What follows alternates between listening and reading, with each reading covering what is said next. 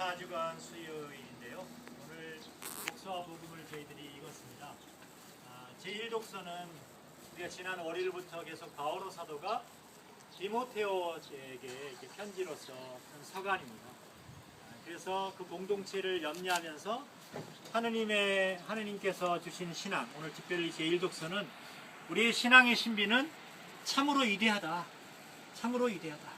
그래서 이 신앙의 신비를 우리에게 이제 거론해 주면서 오늘 바오로 사도 역시 하느님께서 우리 인간을 사랑하셔서 당신 독생성자 예수님을 통해서 정말 그런 구원의 역사를 펼치셨다라고 하는 것들을 강력하게 이야기하면서 바로 그러한 진리를 수호하는 이제 교회 공동체 안에 정말 어떤 처신, 어떤 방식으로 그 교회 구성원들이 살았으면 하는 그런 당부를 특별히 이야기를 합니다. 그래서 월요일과 화요일 안에는 특별히 그 공동체를 이제 유지하려면 지도자가 있어야 될 텐데 그 지도자들이 가져야 될 어떤 태도, 좀 더 어떤 품행이라든지 다른 사람들로부터 어떤 모범적인 모습이라든지 또 그 공동체를 위해서 헌신할 수 있는 자세라든지 이런 이야기를 해주면서 오늘 우리 교회가 이제 이런 신앙의 신비를 살아가게 되는 우리 교회가 진리의 기둥이요, 진리의 기초다.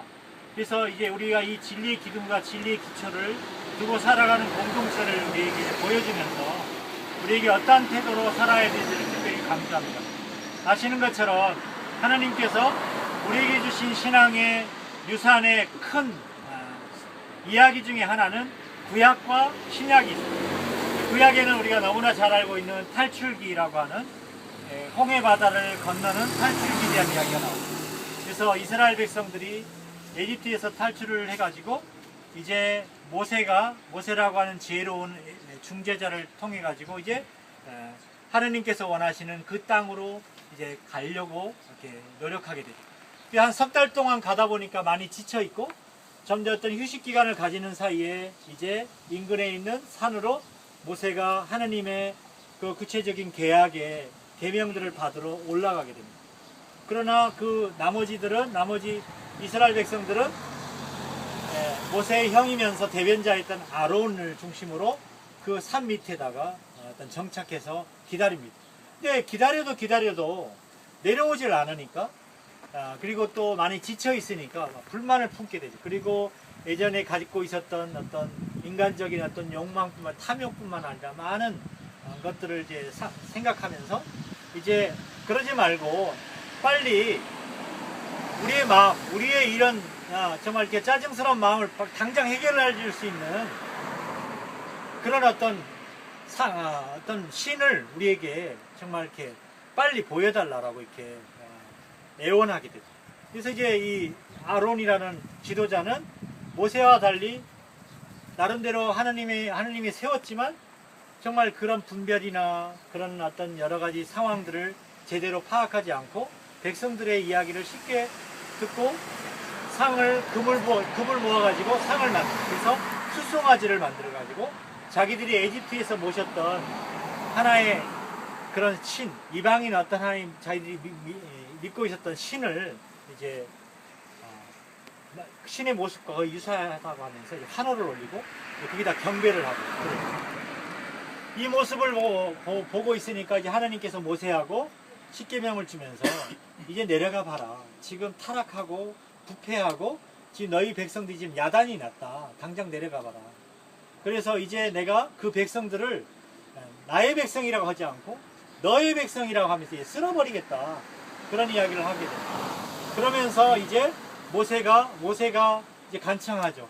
하느님 제발 당신의 백성이니까 한번 제발 당신의 진노를 생각해 봐달라. 그래서 하느님께서 그냥 그 불같은 진노를 내리려고 하다가 그 재앙을 거둔다는 내용을 우리가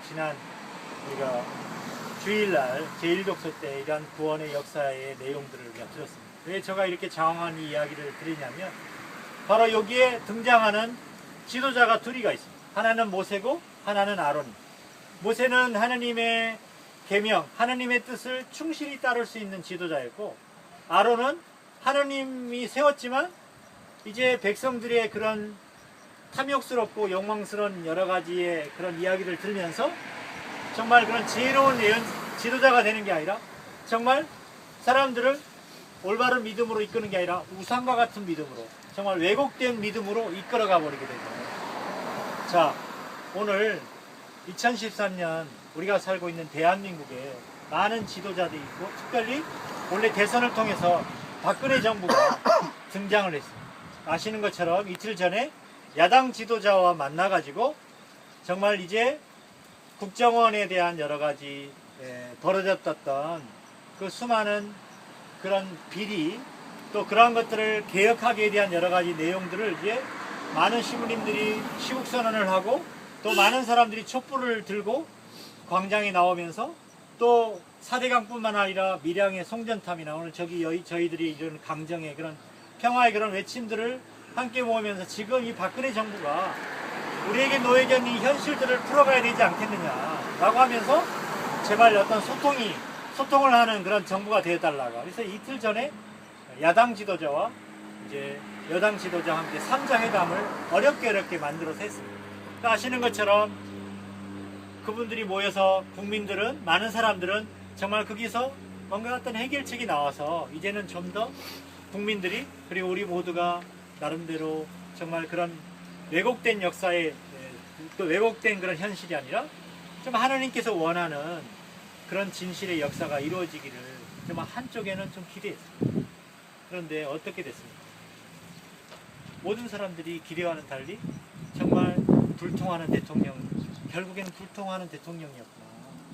그래서 요즘 어느 국회의원 이야기인 것처럼 옛날에 우리나라가 형님한테만 이야기하면 모든 것이 다 됐다고 이야기했는데, 요즘은 공안이라고 하는 것을 통해 가지고 모든 것을 해결하려고 합니다. 공안적인 유신시대로 돌아가는 그런 분위기, 아니면 오히려 그런 공안적인 그런 상황들, 여러분들이 알고 있는 것처럼 며칠 전에는 우리나라의 검찰총장이란, 최동욱이라는 검찰총장이 이제 국정원 조사를 좀 더 이렇게 중립적으로 해가고 있는 것들을 밝히게 되자 정부에서 이제 그 국정원에 대한 것들이란 드러난 소식을 통해서 이제 정부의 어떤 정통성이 위협받게 되니까 이제 그 검찰총장을 찍어내기, 그 검찰총장을 이제 제거하려고 여러 음모들을 꾸미면서 이제 검찰총장을 물러나게. 그래서 그 이유도 혼에 어떤 아들이 있다라고 하는 그런 소문을 어떤 조선일보라고 하는 신문을 통해서 제시하면서 그러한 것들을 우리들에게 이제 보여주면서 이런 조작된 역사, 또 왜곡된 역사의 모습들을 우리에게 바라보게 됩니다. 마찬가지로 모세가 이스라엘 백성을 이끌고 가면서 모세가 하려고 하는 것은 뭐냐?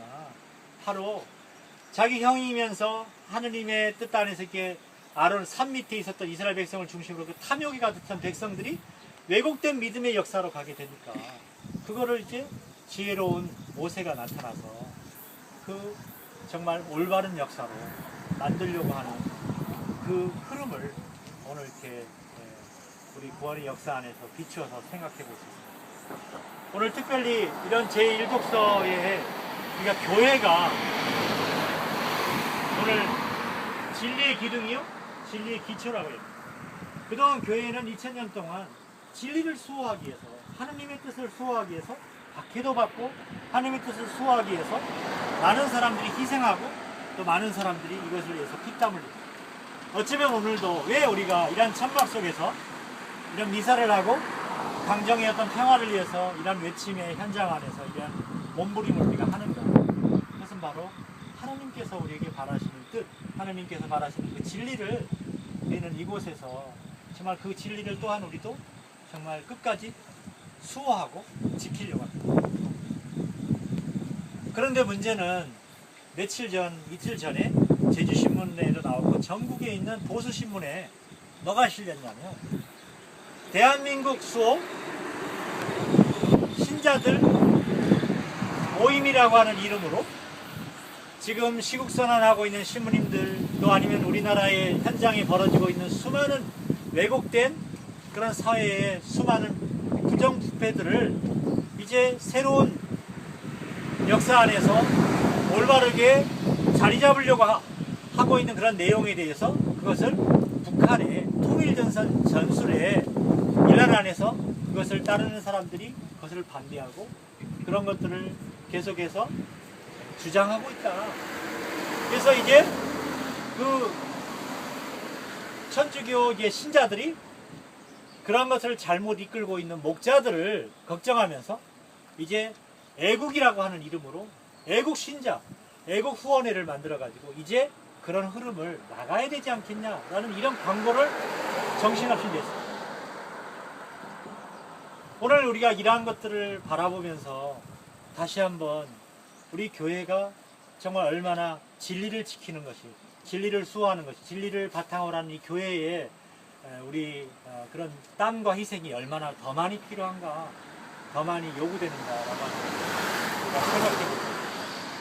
또한 오늘 복음은 우리가 듣고 있는 것처럼 예수님께서 바리사이파와 율법학자들, 당시의 지도자라고 하는 사람들, 그 사람들이 예수님이 오셔서 행하는 일들을 이렇게 제대로 보지 못하고 왜곡되게 보고 또 비난하고 하니까 정말 이렇게 잔치를 해도 기뻐하지 않고 또 어떤 그런 곡을 내도 그걸 함께 그 분위기에 맞추지 못하는 그런 것을 한탄하면서 바리사이파와 율법학자들을 향해서 예수님께서 정말 이 시대의 징표들을 잊고 있지 못하는 그 지도자들을 정말 이렇게 비판하고 정말 깨어 있으라고 또 정신 차리라고 촉구하고 어쩌면 오늘 우리는 이 시대의 지도자뿐만 아니라 우리 모두가 정말 오늘 하느님께서 원하시는 진리의 수호자로서 살아가는 우리 교회 공동체 안에서 우리는 진정 그러한 진리를 위해서 다시금 또 강정의 평화뿐만 아니라 밀양의 송전탑,